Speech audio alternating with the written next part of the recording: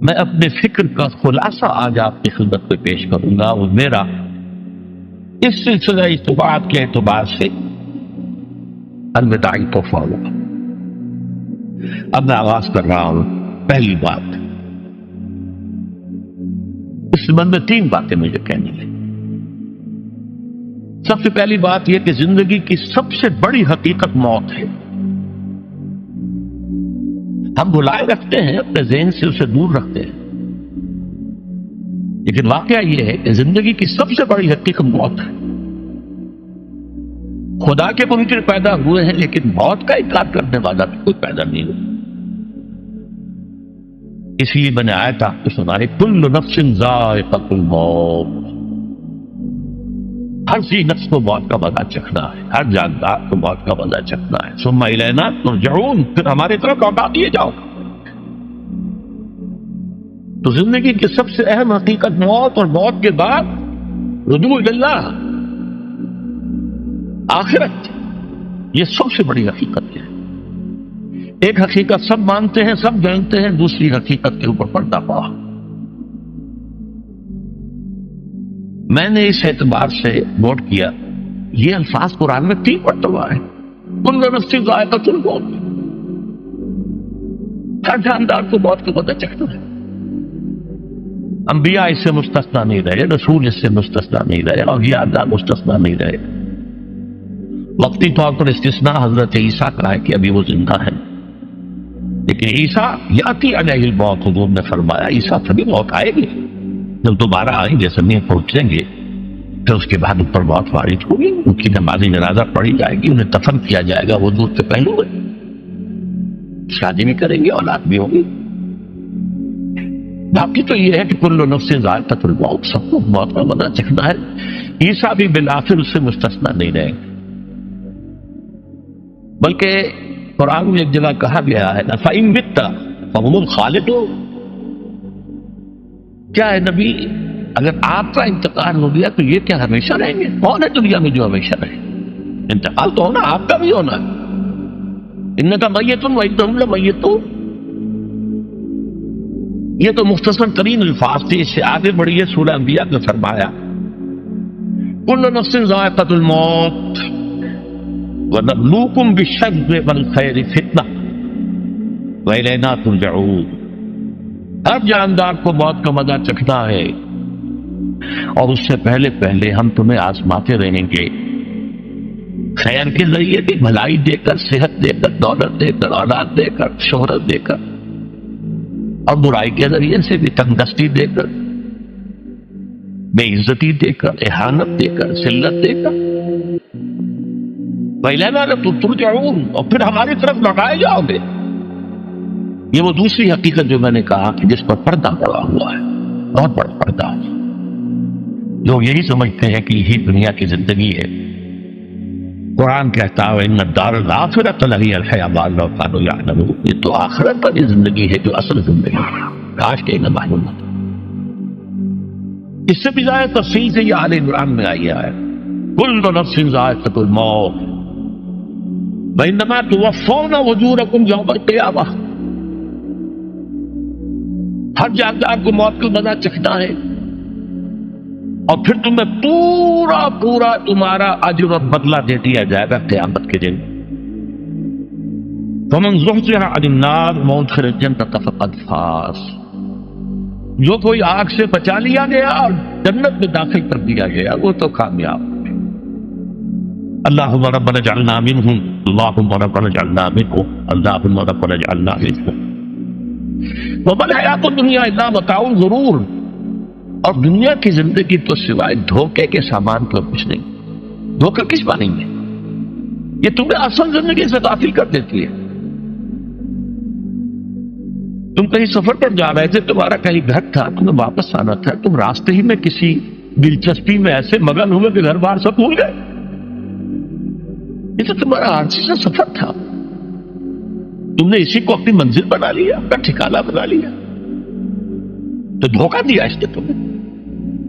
ویسے دنیا کی زندگی دھوکہ نہیں ہے، بڑی حقیقت ہے، اس لیے کہ حضور نے فرمایا انما الدنیا مزرعۃ الآخرہ، یہ دنیا آخرت کی کھیتی ہے، یہاں بو گے تو وہاں کاٹو گے، یہاں کچھ کمائی کرو گے تو وہاں اس کا بدلہ ملے گا۔ اس اعتبار سے دنیا بہت بڑی حقیقت ہے، ایک ایک لمحہ بہت بڑی دن کی شے ہے۔ لیکن اگر یہ دنیا تمہیں آخرت سے غافل کر دے تو اس سے بڑا دھوکے باز اور کوئی، یہ اصل دجال ہے۔ میں نے تقریباً 60 برس کی عمر کو جب میں پہنچا تھا تو موت کا انتظار شروع کر دیا تھا۔ میرے قریبی احباب کو معلوم ہے، میں کہتا رہا، یہ بھی کہتا رہا کہ بھائی میں اپنے حصے کا کام کر چکا، جتنی صلاحیت اللہ نے دی تھی، جتنی بھی میرے اندر استعداد تھی، میں اس کو بھرپور طریقے پر استعمال کروں گا۔ دم واپسی برسر راہ ہے عزیز و اب اللہ ہی اللہ ہے، یہ میرا معاملہ رہا ہے 60 برس کی عمر سے۔ اس کے بعد اللہ نے مزید 14 برس دیے ہیں، یہ نافلۃ اللہ کے نتیجے میں میں کہتا ہوں، اس کا اللہ کا عقل خصوصی ہے، نفل ہے، ہمیشہ کہتا رہا۔ مصنون زندگی تو 61 برس ہے ہمارے حساب سے۔ علامہ اقبال کے بارے میں سنا ہے کہ رویا کرتے تھے کہ میری عمر حضور کی عمر سے زیادہ کم ہے، وہ 6 مہینے کم ہی رہی ہے حضور کی عمر سے۔ جو حضور کی عمر تھی وہی حضرت ابوبکر کی، وہی حضرت عمر کی، وہی حضرت علی کی۔ ہاں، حضرت عثمان 82 برس کی عمر ہے ماشاءاللہ۔ پھر یہاں کے مجددین میں سے وہی عمر حضرت شیخ احمد سرندی کی، وہی شاہ ولی اللہ دہلوی کی۔ ہاں، شیخ عبدالحق محدث دہلوی رحمۃ اللہ علیہ 82 برس کی عمر۔ لیکن یہ میں کہا کرتا تھا مصنون عمر تو 61 برس ہے، جسے ہم 63 کہتے ہیں وہ اصل میں ہمارے حساب سے 61 بنتا۔ وہ 63 قمری ہے، جو 9 دن کم ہے، قمری سال جو ہے وہ شمسی سال سے۔ بہرحال میں اس وقت سے منتظر تھا، لیکن جو بھی وقت اللہ نے دیا ہے اللہ کا شکر ہے، وہ مفید کاموں میں لگا ہے۔ ان میں خاص طور پر میں سمجھتا ہوں کہ اللہ کا مجھ پر سب سے بڑا احسان، اور مجھے پر نہیں، بہت بڑے پیمانے پر لوگوں پر جو احسان ہوا ہے، وہ میرا 1998 کا دورہ ترجمہ قرآن ہے جو کراچی میں ہوا تھا۔ 1998 کے مارچ میں میرا بڑا آپریشن ہوا، دونوں گھٹنے تبدیل کیے گئے، لیکن 98 کے آخر میں، حالانکہ میں چل نہیں سکتا تھا، کراچی میں مسجد جو ہے اونچی ہے، دوسری منزل پر ہے، تو خاص ریمپ بنایا گیا جس کے ذریعے میں ویل چیئر پر مجھے لے جایا جاتا تھا۔ میں وہ کر لیا۔ اس درس کی گزشتہ چند سالوں سے پوری دنیا میں جو گونج ہوئی ہے اللہ کے فضل و کرم سے، اللہ کا کوئی حکمت خداوندی اس کے ساتھ وابستہ ہے۔ اس میں میرے کسی کام کو دخل نہیں ہے، میری کسی کوشش کو دخل نہیں ہے۔ میں نے تو جو درس میں دیتا آ رہا تھا سن 85 سے دورہ ترجمہ قرآن، البتہ یہ بات ضرور ہے کہ میں نے محسوس کیا تھا کہ سن 98 کے اس درس میں دورہ ترجمہ قرآن سے مجھے خصوصی انشراح حاصل۔ میری ساری گفتگو کا حاصل کیا ہے؟ دیکھیے، نظریاتی تحریکوں کا تعلق اشخاص سے نہیں ہوتا، ٹھیک ہے؟ کوئی اس کا داعی ہوتا ہے، کوئی اس کا مؤسس ہو جاتا ہے، کوئی اس کا آغاز کرنے والا ہوتا ہے، لیکن نظریاتی تحریک افراد سے وابستہ نہیں۔ افراد آتے چلے جاتے ہیں اپنا حصے کا کام کر کے، جس کو جتنا مقدر ہے، جس کی اللہ تعالیٰ کی طرف سے توفیق ہے، وہ اپنا کام کرے گا، چلا جائے گا۔ یہ چمن یوں ہی رہے گا اور ہزاروں جانور اپنی اپنی بولیاں سب بول کر اڑ جائیں گے۔ مبارک ہے وہ لوگ جنہیں قرآن کی بولی بولنا نصیب ہو جائے۔ بھائی حسن امین منہم، مجھے گمان ہے، اللہ کا فضل ہے کہ میں ان میں سے ہوں، میں نے قرآن کی بولی بولی ہے، اور قرآن مجید کو جیسا کہ وہ ہے ایز اٹ از، اپنے کو مظلومہ خیالات، اپنے کوئی ذہن سے زائدہ نظریات کو میں نے اس میں دخل نہیں کی، جسے انگریزی میں آپ آبجیکٹیولی کہتے ہیں، خالص معلومی طور پر قرآن کو پڑھا، قرآن کو قرآن سے سمجھائے، یا پھر سیرت رسول سے سمجھائے۔ میں لفظ سنت کی بجائے سیرت استعمال کر رہا ہوں۔ قرآن مجسم حضور تھے صلی اللہ علیہ وسلم، اور حضور کی سیرت اور حیات جو ہے وہ قرآن مجید کی اصل تفسیر ہے۔ یہ حقیقت بھی بہت کم لوگوں کے علم ہے۔ وہ احادیث کا نام تو لیتے ہیں، احادیث بھی ہیں، سیرت میں تو احادیث ہی سے میں ملتی ہے، لیکن میں خاص طور پر سنت یا حدیث کی بجائے سیرت کر سکتا۔ قرآن کی 2 سورسز ہیں، قرآن خود اور سیرت رسول صلی اللہ علیہ وسلم. بہرحال انشاءاللہ العزیز یہ کام بڑھے گا، چلے گا، یہ میں ابھی بات میں بحث کروں. دوسری بات جو میں نے آیت پڑھی آپ کو، وَمَن نُعَمِّرْهُ نُنَقِّصْهُ فِي الْخَلْقِ أَفَلَا يَعْقِلُونَ. بہت بڑی حقیقت زندگی کی یہ بھی ہے، اس کی ہم عمر زیادہ کر دیتے ہیں، اس کی خلقی صلاحیتوں میں کمی کر دیتے ہیں. موٹی بات ہے، بڑھاپا آئے گا، ہمیشہ کی مانی ہوئی بات ہے. اگرچہ جوانی میں آدمی بڑھاپے کا تصور نہیں کرتا، لیکن بڑھاپا آنا ہے، یہ بھی ایک حقیقت ہے موت کی طرح.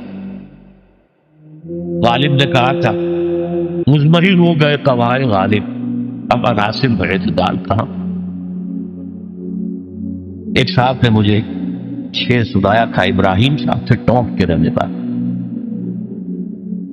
ذوق پیری پڑ گیا جوش جوانی گھٹ گیا، اب عصا بنوائیے نخلے تمنا کاٹ کر. یہ تمنائیں جو ہے طول العمر کاٹو، اب کئی جوانی امنگوں والا دور گیا، اور یہ جو تمناؤں کا پودا ہے اس میں سے لکڑی لے کر عصائے پیری بنوا لیجیے. اب بڑھاپے کے لیے ایک عصا نکال. بڑا پیارا شعر ہے، ذوق پیری پڑ گیا جوش جوانی گھٹ گیا، اب عصا بنوائیے نخل تمنا کاٹ. ابھی 2-3 دن ہوئے ہیں یہاں پر جو خانہ فرہنگ ایران ہے اس کے ڈائریکٹر آئے تھے، انہوں نے فارسی کا ایک شعر سنایا، بڑا پیارا شعر ہے. در جوانی گفت کہ شعر شعر است اگرچہ پیر بود. جوانی میں میں یہ کہا کرتا تھا کہ شعر تو شعر ہی ہوتا ہے چاہے بوڑھا ہو جائے، بوڑھے ہونے سے اس میں کیا فرق ہو جائے. شعر شعر است اگرچہ پیر بود. کیوں میں پیری رسیدم، جب میں خود پیری اور بڑھاپے کو پہنچ گیا دیدم تو مجھے یہ بات نظر آئی پیر پیر است گرچہ شعر بود. بوڑھا بوڑھا ہی ہوتا ہے چاہے وہ شعر ہی کیوں نہ ہو. تو یہ بڑھاپا جو ہے یہ زندگی کی دوسری بڑی حقیقت ہے. اس کا ایک اثر تو سب کو معلوم ہے، قوائے غالب جو میں نے کہا، بڑھاپے کا عام نتیجہ جسمانی ضعف، سب جانتے ہیں. لیکن مجھ پر اور کچھ اور لوگوں پر بھی خاص طور پر اس کا جو ایک اثر ہوتا ہے یہ مجھ پر ہوا ہے، وہ یادداشت کی کمزوری. اور یہ میں کئی سال سے محسوس کر رہا ہوں، کئی سال سے محسوس. میری پرانی یادداشت بڑی مضبوط ہے، قوی ہے، اس میں کہیں کوئی کمی نہیں. لیکن ریسنٹ پاس کی چیزیں جو ہے، پچھلے 5-6 سال کے واقعات مجھے یاد نہیں رہتے.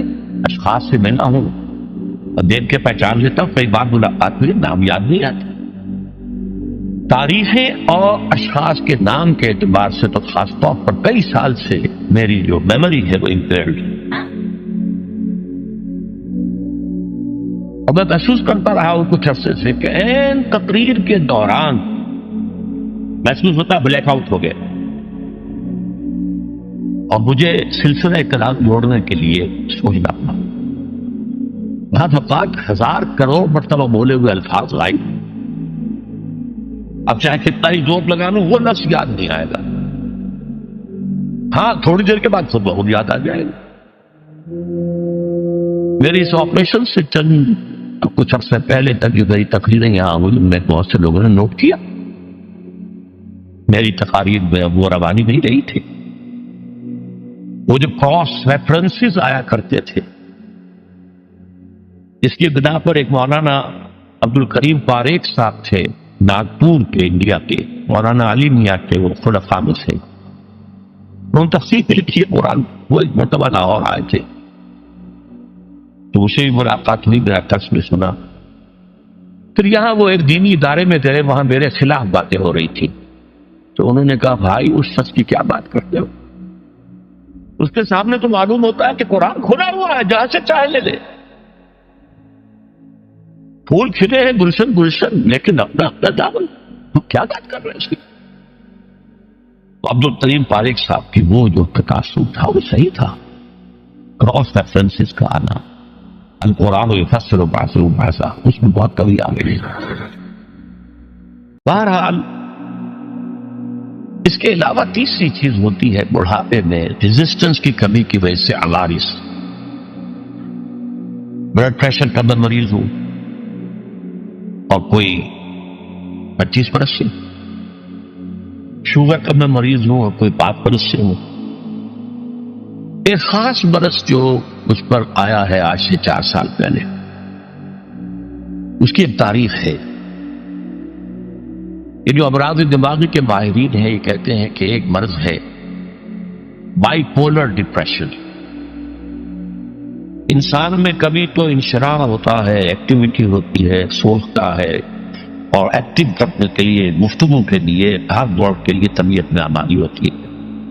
کبھی وہ بجھ سا جاتا ہے، کبھی وہ حرکت کرنے کو جی نہیں چاہتا، پڑا رہے کسی کونے میں، سو جائے۔ تو یہ بائی پولر معاملہ کہلاتا ہے، یہ ویو چلتی ہے۔ اچھا یہ ہے ہر انسان میں، جسے ہم عام طور پر کہتے ہیں موڈ آف ہے بھائی میرا، مجھ سے باتیں۔ یہ موڈ کا آف ہو جانا، آن ہو جانا، یہ عام آدمی میں بھی ہوتا ہے، لیکن جو اللہ کے کسی فضل و کرم سے زیادہ ذہین ہو، زیادہ حساس ہو، ان میں پھر یہ جو ویو ہے یہ زیادہ اونچائی زیادہ نیچائی، زیادہ اونچائی زیادہ نیچائی، اور اس کو پھر ہم کہتے ہیں مرض، بائی پولر۔ یہ ہمارا خاندانی مرض ہے۔ والد صاحب کا تھا تو تھا، بڑے بھائی اظہار احمد صاحب کو ہوا، میری بڑی ہمشیرہ کو ہوا۔ عام طور پر اس کی عمر ہوتی ہے اور ہوتی تھی، 3 تجربے مجھے ہیں، والد صاحب کو 13 برس میں نے اٹینڈ کیا ہے اس بیماری میں، سن 52 سے 65 تک جب کہ ان کا انتقال ہوا۔ یہ عام طور پر شروع ہوتا ہے 50 برس کے لگ بھگ۔ میری عمر جب 50 برس کے لگ بھگ ہوئی تو مجھے کئی مرتبہ محسوس ہوا کہ میری تقریر کے دوران سوئچ آف ہوتا ہے۔ ایک مرتبہ سن 70 میں میری یادداشت کئی گھنٹوں کے لیے بالکل ضائع، اس کا میں نے تذکرہ کیا ہوا، میری کتاب ہے حساب کم و بیش، جو کیفیت پر گزری تھی، جس کرب کے عالم میں وہ چند گھنٹے پر گزرے تھے، میں انہیں الفاظ میں بیان نہیں کر سکتا۔ آپ بھی خراب ہے، نہ ابتدا کی خبر ہے، نہ انتہا معلوم، کچھ بھی نہیں۔ میں جب 50 برس کا ہوا اور یہ 2-1 مرتبہ مجھے جھٹکے لگے مسجد صبر آباد کے اندر، تو میں نے ڈاکٹر رشید چودھری صاحب سے، وہ میرے والد صاحب کے والد تھے، میں نے ان سے کہا کہ یہ ڈینجر زون میں داخل ہو گیا۔ ان کا نہیں، آپ کو یہ نہیں ہوگا، اس لیے کہ آپ اللہ کے کتاب کی خدمت کر رہے ہیں۔ تو ان کی یہ بات پارشلی ٹروتھ نکلی کہ 70 برس کی عمر میں مجھ پر یہ 20 برس اللہ تعالیٰ نے مجھے اس میں ایک بونس دے دیا۔ 70 برس میں ظہور ہوا، اس کا ایکسائٹنگ کاز بنا ہے افغانستان میں جو حادثہ ہوا طالبان کے ساتھ، اتنا صدمہ مجھے تھا، ایک دم بیٹھ گیا، ایک دم بیٹھ گیا۔ یہ چیز جو ہے ابھی کنٹینیو کر رہی ہے بائک اور اس کے لیے میں دوا بھی لے رہا ہوں۔ البتہ اس معاملے میں میری ایکسائٹمنٹ جو ہے زیادہ اوپر چلے جانا، یہ صرف ایک بار ہوا ہے، اللہ کے فضل و کرم سے زیادہ جو ہے وہ اس بروڈنگ، اس غور کرتے رہنا، بیٹھے رہنا، لیٹے رہنا، وہ جس کا نقشہ حضور کے بارے میں کھینچا گیا ہے، یا ایھا المدثر یا ایھا المزمل، اے کمبل میں لپٹ کر لیٹنے والے اور اے لحاف میں لپٹ کر لیٹنے والے، قم فانذر قم اللیل الا قلیلا، وہ ایک کیفیت ہوتی ہے۔ اور سورۃ الانشراح اور سورۃ الضحیٰ کی جو تفسیر مولانا پانی پتی رحمت اللہ علیہ، ثناء اللہ پانی پتی رحمت اللہ علیہ نے لکھی ہے، اس میں اس کا ذکر بڑی تفصیل سے کہ 2 صورتیں اسی سے متعلق ہیں۔ تصوف کی اصطلاح میں اسے کہتے ہیں قبض اور بسط۔ کبھی قبض ہوتا ہے، اندر سے گویا کہ بندش لگ گئی ہے، کیوں ہو گیا کہ پتہ نہیں، کچھ کام کرنے کو جی نہیں چاہ رہا، اور کبھی بسط ہوتا ہے، طبیعت المزاج کھلا ہوا ہے، گفتگو کر کے بھی لطف آ رہا۔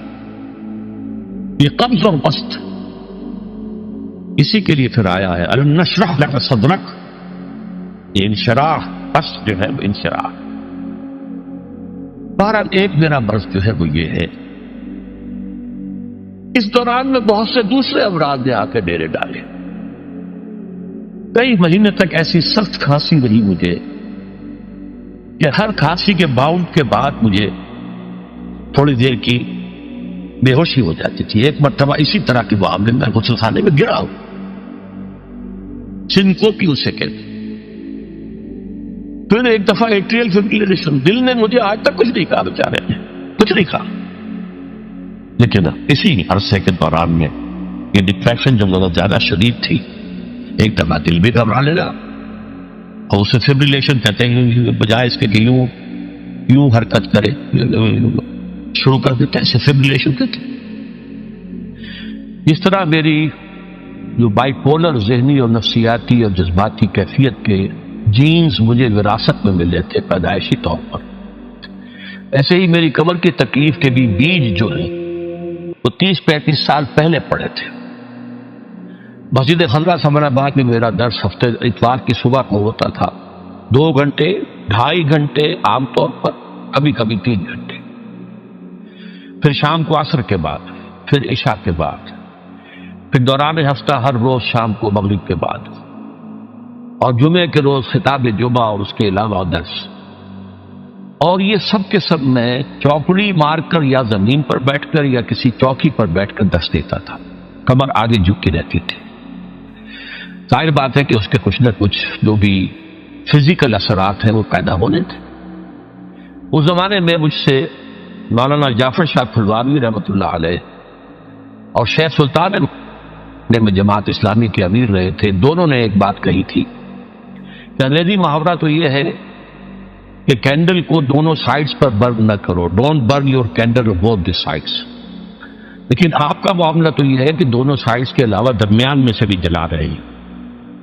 لیکن ظاہر بات ہے کہ ایک شوق، ایک لگن، ایک دھن، ایک کام کی بنیاد ڈالنا آسان بات نہیں ہوتی۔ میں لگا رہا، ریڑھ کی ہڈی میں درد ہوتا تھا کمر میں، جسے لو بیک پین کہتے ہیں، کوئی دوائیاں کھا لی، کوئی پین کلرز کھا لیے، لیکن یہ کہ اس سے خاص طور پر جو کمر کا نچلا حصہ ہے، اس کے جو گہرے ہیں اور ان کے مابین جو انٹرورٹیبرل ڈسک ہوتی ہے، اسپیس ہوتی ہے، وہ نیرو ہوئی اور ڈسک جو ہے ڈیجنریٹ ہونا شروع ہوئے۔ تکلیف بڑھتی چلی گئی، کام بھی چلتا گیا۔ پہلا ایکیوٹ حملہ مجھ پر ہوا ہے 1985 میں۔ سارے اسباب تو اندر موجود تھے، لیکن ایک ایکسائٹنگ کاز، فوری سبب یہ بن گیا کہ شکاگو سے لاہور تک کا سفر میں نے کیا اور اس میں 30 گھنٹے مجھے مسلسل بیٹھنا پڑا۔ شکاگو سے لندن، لندن ہیتھرو ایئرپورٹ پر 6-7 گھنٹے انتظار، پھر وہاں سے اسلام آباد میں انتظار، لاہور کی فلائٹ۔ اس سے یہ ہے کہ اس قدر شدید تکلیف ہوئی کہ رکوع میں جانا مشکل، رکوع سے اٹھنا اس سے بھی زیادہ مشکل، جھکنا جو ہے، چلنا بہت مشکل۔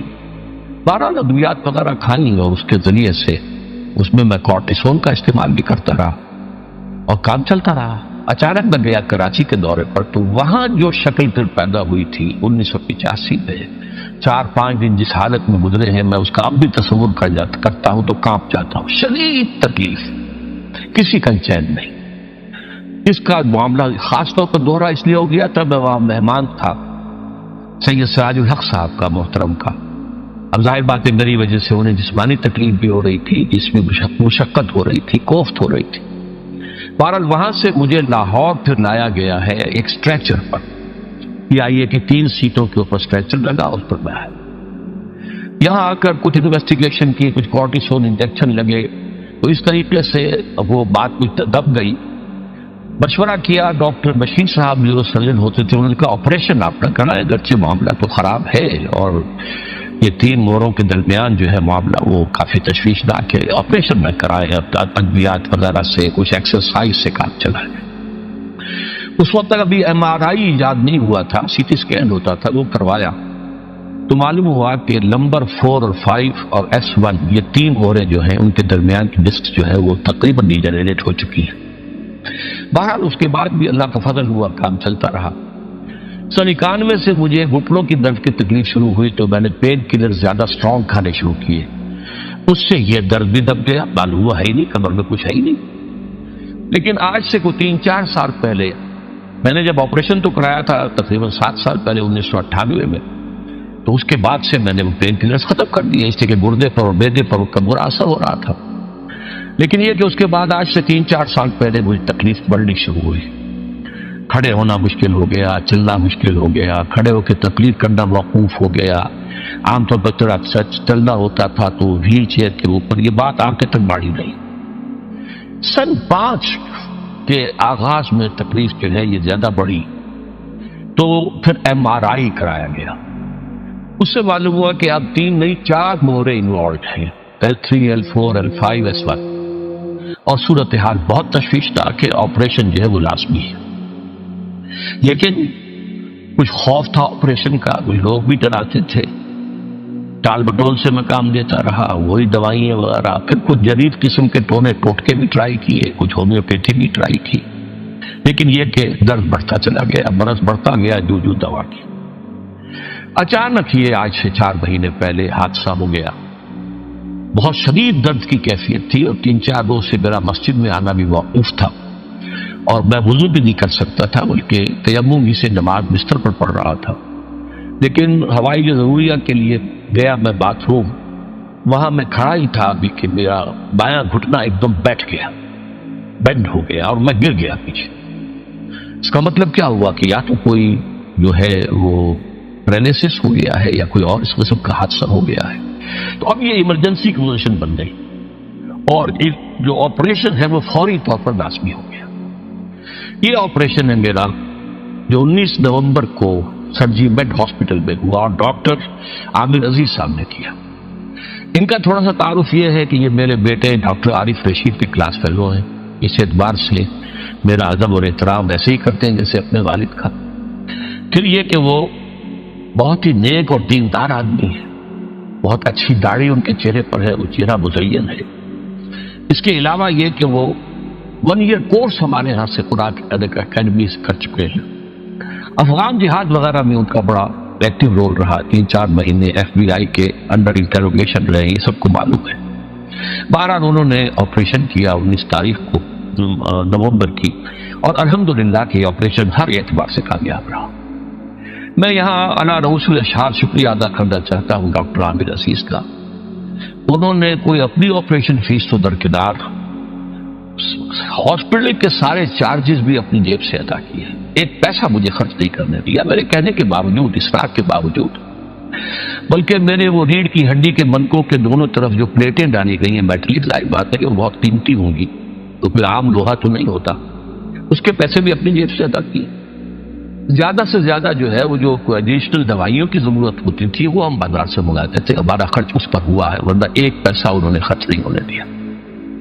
آپریشن سے میں بہت جلد جو ہے نکل کے آ گیا. آپریشن کے فوراً بعد مجھے پتہ ہی نہیں چلا کہ درد نام کی بھی کوئی شے ہوتی ہے. کوئی اتنی انہوں نے پین کلرز وغیرہ دیے ہوئے تھے. بہرحال یہ کہ اس کے بعد جب میں گھر پہ منتقل ہوا ہوں، اور وہ بھی ظاہر بات اسٹریچر پر آیا تھا، تو یہاں آ کر پھر کچھ نہ کچھ درد تھوڑا بہت جو ہے وہ شروع ہوا، پین کلرز کم ہوئے. اور یہ خاص طور پر فزیو تھراپی ایکسرسائز جو ہے وہ تجویز کی گئی تھی کہ اور کوئی علاج نہیں ہے. یہ فیصلہ تو ہو گیا تھا کہ یہ اس معنی میں پیرالائسس نہیں ہے، فالج نہیں ہے. نہ تو یہ ہے کہ کوئی دماغ کی شریان پھٹنے کی وجہ سے ہوا ہے جسے اسٹروک کہتے ہیں، اور نہ ہی کوئی نرو کٹی ہے. البتہ کوئی نرو کچلی گئی ہے، لیکن اب اس کچلے جانے کی کیفیت سے دوبارہ اس کو اپنے نارمل فنکشن کو ریزیو کرنے میں وقت لگے گا.